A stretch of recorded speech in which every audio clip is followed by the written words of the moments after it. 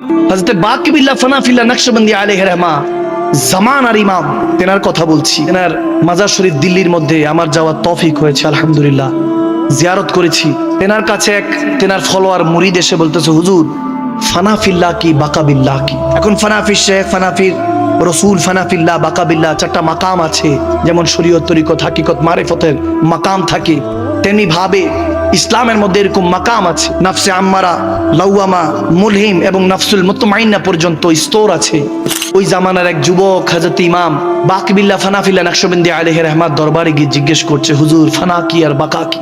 ফানা কি আর বাকা কি? তিনি বলছে, যে আমার জানাজা পড়বে তার থেকে প্রশ্নের উত্তরটা জেনে নিও। সুবহানাল্লাহ। যে আমার জানাজা পড়াবে তার থেকে জেনে নিও।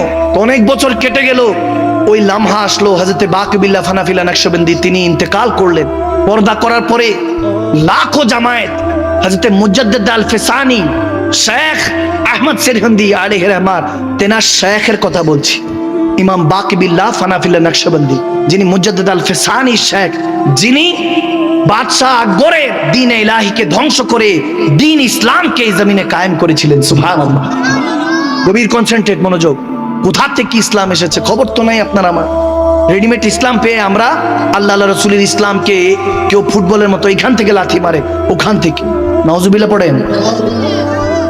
ইসলাম বুঝার চেষ্টা করবেন ওলি আল্লাহদের নজরিয়া থেকে, রসুলে আরবির নজরিয়া থেকে, আহলে বায়াতে আথারের মোহাব্বতের নজরিয়া থেকে, তাহলে বুঝতে পারবেন আল্লাহর ইসলাম কি। কবির খেয়াল, যখন ওই বাকিবিল্লাহ ফানাফিল্লাহ নকশবন্দি তিনি ইন্তেকাল করলেন, তিনি ইন্তেকালের পরে এখন হাজার লাখো মানুষ জামায়াত ওই জানাজার মধ্যে সমবেত, কিন্তু কেউ সাহস হচ্ছে না এত বড় আল্লাহর ওলি জানাজা পড়াবে কি, কে পড়াবে, সাহস করতে পারছে না। যখন এরকম হলো না, কেউ একজন দেখলেন, সবাই দেখছে যে কে কে পড়াতে পারে, এরকম হচ্ছে, হঠাৎ করে ওই ভিড়ের থেকে একজন এরকম পর্দা দিয়ে মুখটা এরকম ঢেকে, সুবহানাল্লাহ, মুখটা ঢেকে কেউ একজন আস্তে করে সামনে এগোলেন, সামনে এগিয়ে জানাজা পড়ালেন। সুবহানাল্লাহ। এখন ওই যুবক যে বসে আছে ফানাফিল্লাহ বাকাবিল্লাহর মাকাম কি জানার জন্য, সে অপেক্ষাকৃত যে নামাজ শেষ হলেই, জানাজার নামাজ শেষ হলেই তেনার কাছে যাবে। নামাজ শেষ হলো, যুবক হাজিরা দিলেন, হাজিরা দিয়ে কদম ধরে বলতেছে, হুজুর বেয়াদবি মাফ করবেন, সালাম আদান প্রদান হলো, হুজুর মাফ করবেন। হযরত বাকিবিল্লাহ নকশবন্দি হুজুর বলেছিলেন, তেনার কাছে একটা প্রশ্ন করেছিলাম, ফানা কি আর বাকা কি, ফানাফিল্লাহ কি বাকাবিল্লাহ কি জানার জন্য প্রশ্ন করেছিলেন। তিনি বলেছিলেন যে আমার যিনি জানাজা পড়াবে তার কাছ থেকে জেনে নিও। হুজুর আজকে আপনি তো তেনার জানাজা পড়িয়েছেন, এতক্ষণ সবাই দাঁড়িয়েছিল, লাখো মানুষ, কেউ সাহস করে নাই। হুজুর অন্তত আজকে আপনি বলুন ফানাফিল্লাহ কি বাকাবিল্লাহ কি? ওই নাকাব পোস্ট, ওই পর্দা নিশিন আল্লাহ ওয়ালা, ওই আল্লাহর খাস বান্দা নবীর আশেক যখন এরকম পর্দা করা, তিনি পর্দা থেকে মুখটা ঢাকা, তখন তিনি মুখটা ঢাকনা থেকে ভাবে সরিয়ে সবার সামনে চেহারাটা নাকাব পোস্ট থেকে বেপর্দা হলেন। বেপর্দা হওয়ার সাথে সাথে লাখ মানুষ একটা চিৎকার দিলেন। তখন সেই বুজুর্গ ব্যক্তি আল্লাহ ওয়ালা বলতেছে, দেখো এটা হলো ফানা, এটা হলো ফানাফিল্লাহ, আর এটা হলো বাকাবিল্লাহ। আরে তাকিয়ে দেখো, তিনি নিজের দিকে তাকিয়ে বলছে এটা বাকাবিল্লাহ, এটা ফানাফিল্লাহ।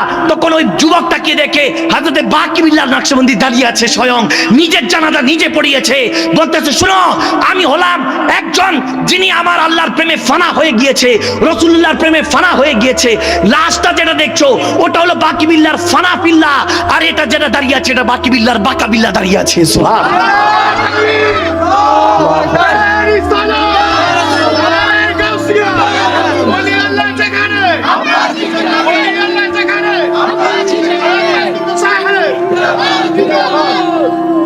মাল্লাহুল মাওলা ফালাহুল কুল্লু। আল্লাহ তাবারক ওয়া তাআলার হাদিসে কুদসি বলছে, রাসূল আরবি বলেন, তুমি আল্লাহর হয়ে যাও, সারা দুনিয়া তোমার গোলাম হয়ে যাবে। সুবহানাল্লাহ। জুবান দিয়ে আল্লাহর কথা বলি, কিন্তু আল্লাহর পথে মতে চলতে মন চায় না। কলমার কথা বলি, নামাজের কথা বলি, এমনকি কবরের কথাও বলি, কিন্তু কবরের খৌফ আমাদের অন্তর থেকে উঠে গিয়েছে।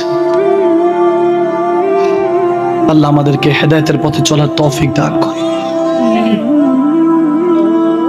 কাদেরকে ওয়াজ করব? প্রত্যেকটা দিন ওয়াজ করতে করতে মাঝে মাঝে চিন্তা করি কাদেরকে ওয়াজ করব, কি লাভ? বান্দা কি মৃত্যুর খবর কি একটাও পায় না? সারা দিন পায়। দু একদিন পর পরই মৃত্যুর অ্যানাউন্সটা বাজে, অমুক ইন্তেকাল করেছে, অমুক টাইমে জানাজা। বান্দা কি এটাও ভুলে গিয়েছে ওই জানাজাটার যে খাটিয়াটা দেখে, ওই খাটিয়াতে সেও যে একদিন চড়বে এটা ভুলে গিয়েছে? কত বাস টিকিট কেটে বাসে চড়লাম, কিন্তু প্রতিদিন মসজিদে যখন যাই ওই খাটিয়াটা কিন্তু পড়ে থাকে, একবারও দেখি না, একটু মুছেও দেখি না। এটাই তো শেষ সাওয়ারি।